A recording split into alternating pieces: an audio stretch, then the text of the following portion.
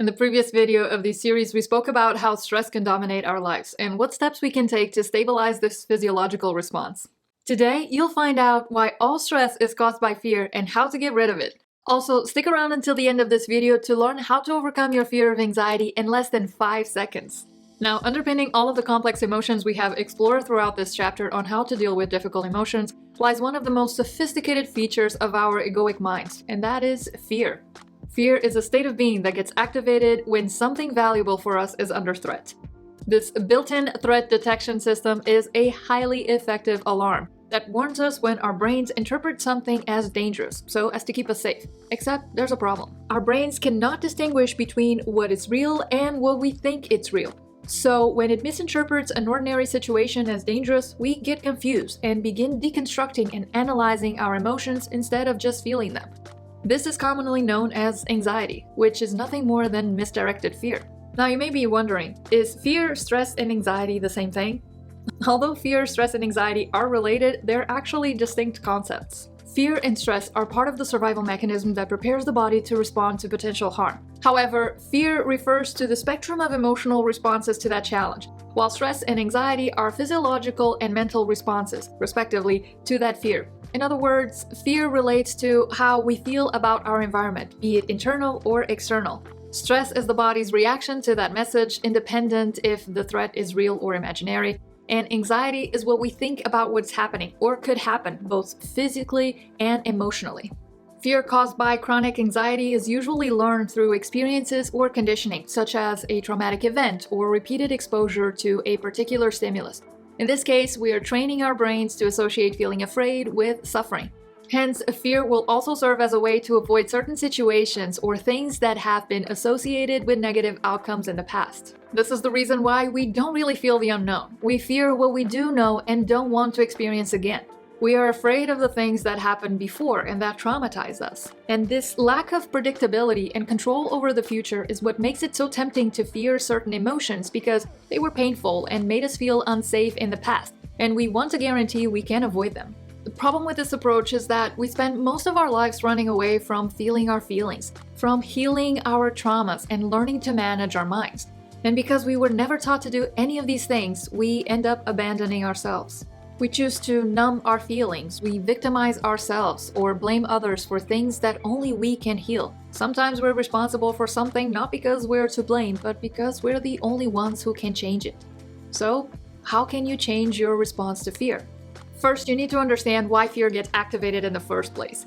Fear is a state that gets triggered when our ego senses a threat to its foundational pillars.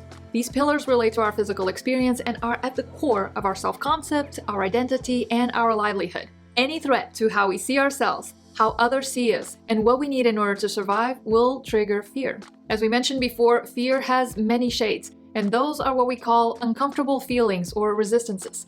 Think of shame as repelling ourselves, sadness as an attachment to what no longer is, or anger as distrust in ourselves and others.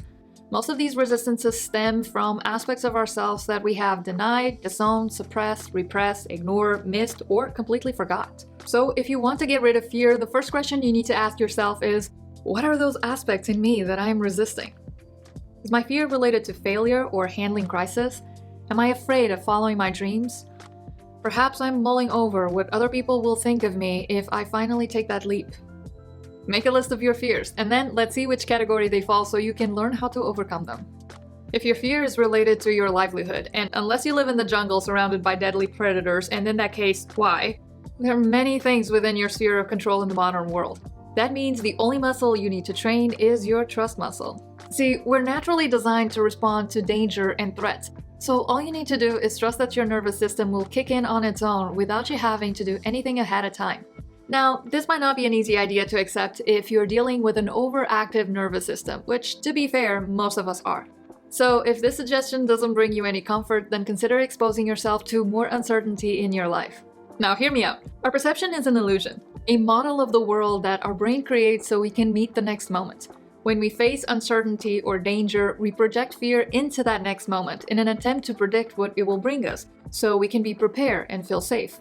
In other words, we try to control the future by creating expectations. But if the last years have taught us anything, is that tomorrow's potential far exceeds what our imagination can conceive. So the alternative is to deliberately, safely, and gradually expose ourselves to the things we fear. Because when we give ourselves permission to feel the unpleasant feelings those fears can bring in the present moment, they lose steam. Our fear response subsides because there's no novelty in the future is attempting to predict, and therefore no reason to be activated. If you have to give a presentation but fear speaking in public, practice your speech in front of the mirror or volunteer to give toasts at parties and family events. If you're afraid of animals, spend more time near them. Go to the zoo more often. Imagine petting a deadly snake or consider exposure therapy and actually hold that Burmese python. If you're afraid of heights, start by talking about them. Then climb a hill, and soon it will be a mountain. The next thing you know, you'll be jumping out of a plane and liking it. For more on this, watch our video on how to deal with your fear of uncertainty to learn how to fine-tune your fear response. By finding healthy ways to relate to uncertainty, we can learn to navigate the spectrum of fearful emotions more confidently. Because confidence is built on action, and that movement leads to more action. So even if you don't succeed all the time, the more actions you take, the better chance you have at getting where you want to be. And speaking of confidence, that's the muscle you need to exercise if you fear changing how you see yourself. The fear over our self-concept is a tricky one because it stops us from going after what we want for fear of fear itself. Meaning, we're afraid of taking risks that defy how we currently see ourselves. Because overcoming our fears means we're no longer the same person that fears overcoming their fears. And overcoming your fears changes you. It means you must let go of who you are in order to become who you want to be. It means dealing with the discomfort of learning new things, nurturing the discipline to navigate uncertainty, having the clarity to overcome self-doubt, and being willing to change habits and perspectives. The better we know ourselves and how we move through our fears, the more equipped we become to deal with the challenges of being alive, the more resilient and flexible we become, and the less we fear change. Because reality is constantly changing, and even though we're conditioned to be afraid of what's different, you can still choose to redirect your power of attention to create the life you want to live. How else would you display integrity if it was not for the case of feeling unsafe, unsure, or unhappy? Only in the fear of facing the consequences of standing by your own personal truth can you know what you're truly made of. And without fear, you do not have contrast to make sense of who you are and what you stand for. The only way to overcome the fear that is holding you back from challenging yourself is to do something so meaningful that fear becomes irrelevant. Because no one is truly fearless, but you can be courageous.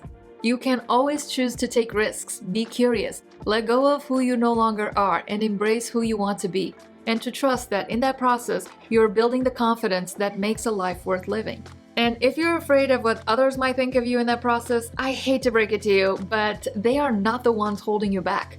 What you really worry about is how you think about yourself. Because unless you're a mind reader, you don't really know what other people are actually thinking. And even if they tell you what they're thinking, their opinion is being filtered through your interpretation, which means your thoughts are the ones causing your feelings of fear.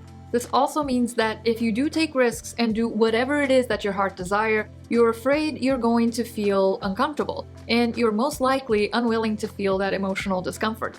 So remember this, when you show up for yourself and you dare to learn to navigate your emotional discomfort, no one can make you think something you don't want to think. No one can put words in your mouth, no one can drill thoughts into your head, and no one can make you desire something you don't want. No one can make you feel something you don't want to feel, or even feel something you want to feel. People can inspire you, nudge you, motivate you, influence you, manipulate you, and even try to control you, but they cannot be you, and therefore they cannot live for you. So ask yourself, how much are you holding back from living the life you want to live because you don't want to feel the discomfort that may come from not having others' approval of what is true for you?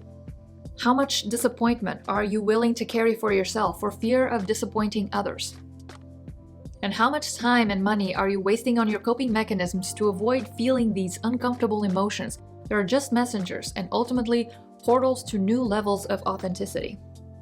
Just like with every other emotion, the only way out of fear is through it, because all emotions are carriers of personal information. So pay attention and take note of fear-related thoughts that come up throughout your day. Don't try to change them or numb them out. Just notice them and get them out of your head by writing them down. At the end of the day, reflect on how many of those fears actually came true. Then ask yourself, who would I be if I mastered my fears? What would I be doing if I trusted myself? And where would I be if I allow myself to be truly seen? Our minds are remarkably strong at deploying fear, but they're also as strong as manifesting positive thoughts. Once you understand that fear exists only in your mind, you can regain control and choose something different. And because your brain cannot distinguish between what is real and what you imagine, the biggest resource you have against fear is the same resource that spun it, and that is your imagination. That is the reason why visualizations are so effective. So the next time you experience fear of flying, telling someone how you truly feel, making a decision, your dad's opinion, or question if you should start your own business or die a slow death in your current job, I want you to try this next exercise. You might be familiar with this exercise, but in case you're not, I want to share with you Mel Robbins' 5-second rule exercise to find everyday courage and push yourself to live up to your full potential. We spend way too much time and energy worrying about things that we can't control or that could go wrong, and little time directing our minds towards the solutions or even questioning why we put ourselves in sticky situations in the first place. With this exercise, you're about to learn how to switch your mindset to the best positive outcome and break the habit of self-sabotage. And it starts by asking yourself why. Why are you doing it? And here's a quick example. I'm not afraid of flying, but I'm not too fond of airports. I have a long and complicated name for some airline systems, and I've had some flights being canceled, bookings disappearing, lost visas, and not even global entry saved me from missing flights. I'm always afraid something will go wrong, and I wouldn't say I like the feelings of unsafety that uncertainty involves. But then I remember my why. Why do I fly in the first place? I fly mostly to visit my friends and family, and this is where the magic happens. I imagine seeing my parents waiting for me at the airport. My mom always has the biggest smile, and my dad cannot hold back a teary eye. My mom hugs me first, and it feels so good and so soothing that I'm the one who has to hold my tears. Then, in my mind's eye, I bring my friends into the mix. We're at a dinner table. I'm smelling pasta and tasting wine. We talk about our lives. I hear laughter. Then I feel a bit nostalgic, but the good kind. It's time to come back to the present. Now's your turn. Why do you do what you do? If you fear flying, for instance, the why you're trying to answer is not why you fear flying, but why do you fly in the first place? Where are you heading? Why is it worth it for you to hop on the plane for that? What would you lose if you never got on that plane? And what would you gain if you got to your destination? Focus on that positive outcome. Engage all of your senses in that imagery, that movie playing in your head. Smell it, taste it, and embody it as if it is happening right now. Don't worry about describing what you see. Focus solely on creating it in your mind's eye, and then spread that feeling throughout your whole body, as if you were stepping into that imagery. Practice turning the anxiety you experience into excitement. And when it's time to face your fear, count down from 5 and drop that confidence anchor into your present moment and embody your why. I cherish my imagery of my friends and family and nurture it until it's time for me to head to the airport. Once there, and right as I'm in line at the check-in counter, I take a moment and recall that visual. And I count from 5, 4, 3, 2, 1. I take a deep breath and I say to myself, I'm excited. And I am, for that imagery to come true.